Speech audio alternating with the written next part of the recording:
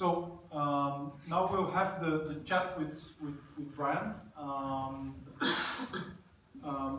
not sure where is my co-founder because he's talking with him right now. But before that, so what's Zapier? Yeah, I think he joined the call.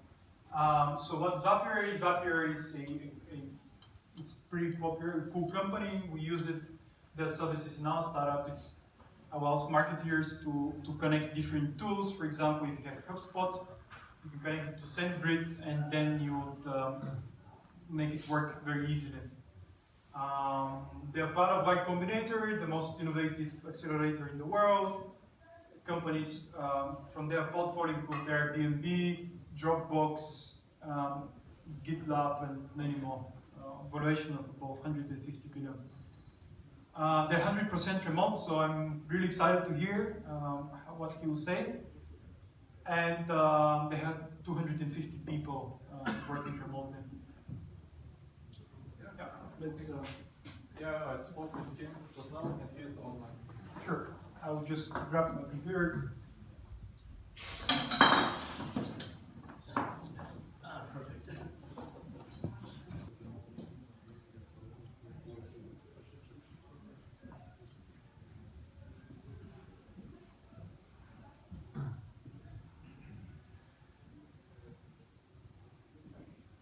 Hi. Hello. How are you? I'm doing great. How's everybody? Unfortunately, you can't see our audience, but we have many people here who are eager to. They can see you. You're on a big screen, so they can definitely see you. And I've already introduced Zapier and introduced you, so I did my best to promote you in the best possible way. As mentioned, and as we talked in our previous call, we will discuss for a while how you do remote work. And for a start, maybe you can share how you started with remote work and how did you make the decision? Yeah, so Zapier is a little over 7 years old, and when we began, it was just us three founders. It was myself, Mike, and Wade. And we were working, I think the classic early day startups, we were working nights and weekends, we were doing that whole thing, and we were just working online. I think at that time, it wasn't Slack, it was like, I think probably like G-Chat or something like that. It's probably what we used. So we were working that way. We were working sometimes together, sometimes apart, handing stuff off through GitHub or whatever tools we used at the time. And that was just the way that we worked. So it felt really natural that in the digital space where we were doing all this stuff, that's how work got done. And the decision really got first and foremost, we went to Y Combinator in the summer of 2012, if I'm getting the numbers right. And we were just doing so much support at that time. We were answering so many emails, helping out users, which was great. It's a good thing to do. But we were like, okay, we gotta hire someone. And the people that we knew were back home. So they were back in Missouri while we were out in California, and we trusted those folks. And then we're gonna move to California. We didn't think it made sense. We had been working this way a little bit before. So the decision at that point was, well, could we have them do this remote thing? At the time, we had been big fans of 37 Signals, Basecamp, some of the tools that they had done, and they wrote a little bit about remote. So it all just kind of made sense for us, and that was kind of the introduction to remote and how we really laid that foundation. And the next couple of people we wanted to hire were also back in the Midwest, middle of the States. So we hired those folks and just continued to grow out the team and did it mostly that way through certainly a piece of accidental, a little bit of intentionality, and it all kind of working. Yeah, so it sounds like it was, and you also said it was very natural way to solve your hiring problems at the same time to get to work with people, you know. But how did you do with the fact that you cannot see people if they're working or not? Like, I know you knew them, but still, you know, there are conflicts when you work. So how do you deal with these things? Yeah, definitely. To start, we trusted these folks, and that's generally the people you want to hire in the beginning. So that's always smart. But something that's, we often get this question, how do you make sure people are staying busy or, adding value? And when it comes to knowledge work, and if you're writing code, if you're making designs, if you're answering tickets, all this stuff is digital artifacts, and you can look at that. So you can see, is an engineer committing code? Is that code doing what we need it to do for users? Are they helping review code? Yeah. So there's a digital breadcrumb trail of things that are going on. So I think it's kind of the same answer as like, how do you make sure people in a co-located place are being busy and productive and adding value? You look at their output, and you just work with them to increase the output. So that's always been at the root of what we do. It's knowledge work, we work online, it's where all the stuff happens. Even if we were all in the same room together, a lot of that work would still exist in the digital realm, so the output is one and the same. So you basically focus on results and not that much on how many hours you spend. So sounds very reasonable, and this is also one of the things we discussed here with the rest of the people that focus on results. But now since you're 250 people, how do you have probably people in different time zones, and how do you deal with it? So in the early days, we didn't have as much time zone diversity as we do now. And when you're smaller, you can kind of get away with a lot more, you can be a little more free form in how you communicate. What I think remote does is it forces you to get a lot more particular and a lot more defined in how you communicate and how you work earlier. This is stuff that you have to go through. You have to decide as a company how you're going to work. It's not any different from remote. But the inflection point at which you need to have that in place happens sooner in remote, so you have to be a little bit ahead of the curve there. And it's doubly so if you're adding multiple time zones. And we're certainly not, we haven't figured it out, we're not like flawless when it comes to time zones by any means. Some of the things we found work really, really well is we have values at Zapier. One of the first ones is default to action. It's a more forgiveness over permission sort of a culture. So we'd rather you make a call, an educated guess, move forward, than let yourself get blocked. And that generally helps people who may have to wait a whole 24 for the Earth to spin an entire time around to get an answer. That's a very long latency to get work done. So you have to have people who are like a little bit comfortable doing that. And you have to have a culture that lets people do that. Every now and then, someone will make a call that you have to back up, you have to change, you have to tweak, and that's fine. That's a cost of kind of doing business. So you have to be a really blameless culture to make that work. And then there's other places where time zones actually work really, really well, and you can use them to your advantage. A great example is for infrastructure SRE at Zapier. You have folks all over the world who work on that. And they can take the pager at night, so if you're in the States, you don't have to get up at 3 a.m. because the database is starting to act funny, right? So there's really great benefits in some cases where you can get that, and even great benefits for customers, for support. We do a kind of round-the-clock support as well.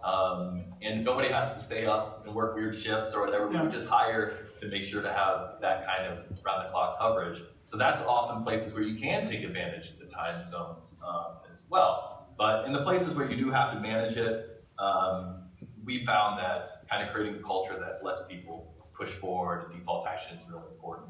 Try to keep teams a little bit co-located. A couple hours of overlap is usually ideal in those cases. But especially for engineers and developers, having that quiet time is also really nice. I don't know how the audience feels, but I certainly know for me, having a really quiet kind of workspace, a really quiet working environment helps me be a lot more productive. Totally. This is what I also shared with the audience is that, for example, our CTO likes to focus a lot on deep problems, and it requires so much attention. So if you're in office, there's so much distraction. You also touched upon the culture, and I want to get you back there. How difficult was it for you to establish a strong culture at Zapier, given that your remote team, and what are the techniques? I know you already touched upon them, but I would like to get it back there.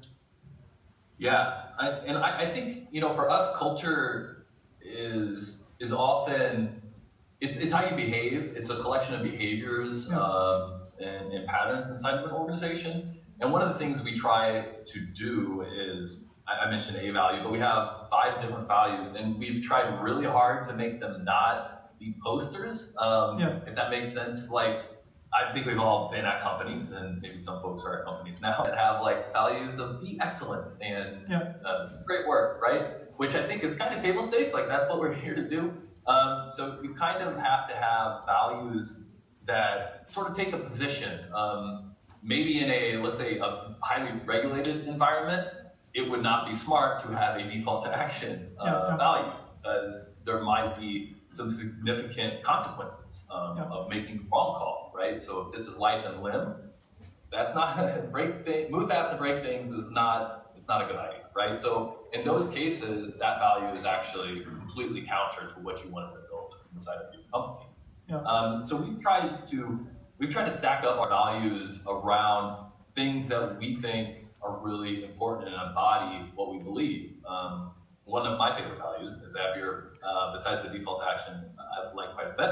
But one of my favorite ones is don't be a robot, build the robot, which is a little tongue-in-cheek and is in alignment with our product itself. So we believe in automation, we believe in dog fooding, we believe in being productive and having scaling out a team at a certainly sublinear fashion. So if you have twice as much work, you want them to do it with less than twice as many people. That's ideal. And that's really in alignment with our product as well, and really in alignment with remote and making sure people are blocked, making sure that there's things happening around the clock. You don't have to wait on a particular person to give you the go-ahead or unblock you for something.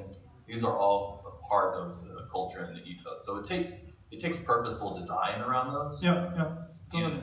And I think that's why it works, because you think deep about it, how you can make it work. Totally. I'll switch to another point, and that's where we're wondering how much automation do you use within the engineering team, and could you give some examples of that? And does it help you with remote work? Yeah, definitely. So I have a lot of personal automations that I use. Like I have things where I star stuff in Slack and it sends myself an email, so I can track it in there. I have things that track my calendar and update my status in Slack, so people know that, hey, I'm chatting with Boris here. Like they know that I'm not going to be available because my Slack status has been updated. So I have personal ones like that, and everybody has their own individual ones like that set up. And in aggregate, you kind of see all these like robots running around Zapier doing lots of interesting and helpful things. There are some really specific team-like things that we do. A good example is we run regular meetings for different teams, and we have Zaps set up that copy templates and do kind of like a mail merge style thing, and then drop that link into the Slack room 20 minutes or 50 minutes before a call starts, so people can get in and add their comments or add their things that they want to talk about. And you can even like have it copy in stuff from maybe last week's action items. You can add those back in and then reflect on them or update them. Like, oh, we did that. Oh, we couldn't do that. So it's an interesting way to run like a weekly stand-up using templates and using scheduled Zaps and stuff like that. So we have tons of things like that. There's like all kinds of bots running around on Slack, across stuff, all our stuff. Totally. At the end of the day, it's all about efficiency.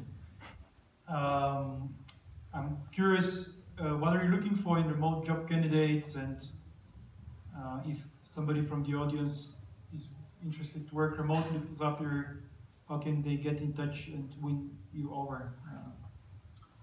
Yeah, I mean, we have all of our jobs up. We try to post them all publicly on our site, such as zapier.com/jobs.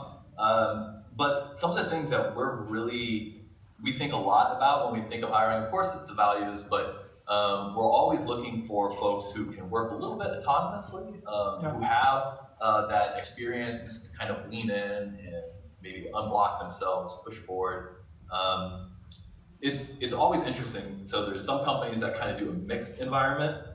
Some companies that are fully remote or fully co-located. We found that if the communication medium that you worked in over time happens to be more asynchronous, more email, more text-based, it generally works better. So classically, we see stuff like folks who've done agencies or consultancies.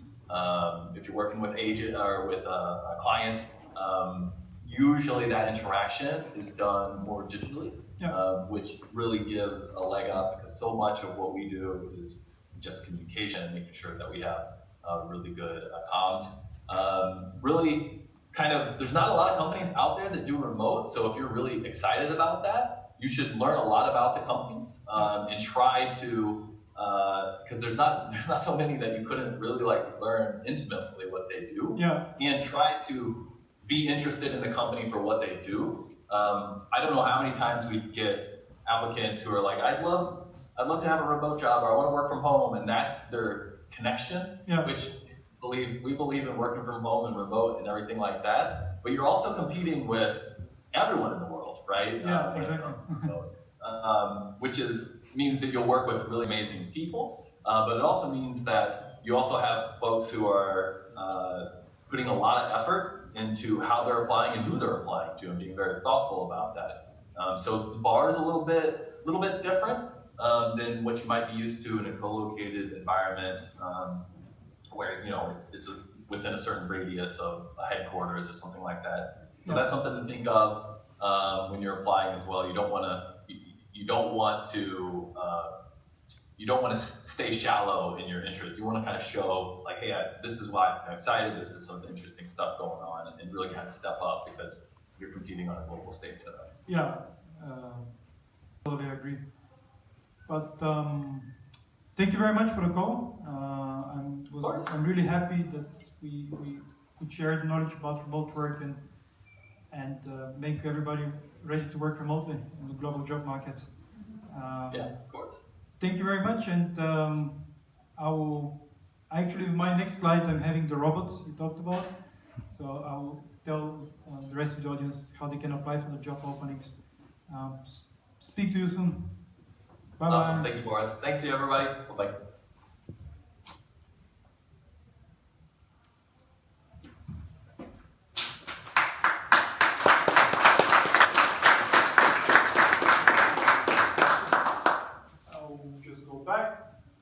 So this is the robot he talked about. If some of you is interested to work with Zapier, as he mentioned, there are 32 job openings at the moment. So you should go ahead and apply there. So since we discussed the practices, you heard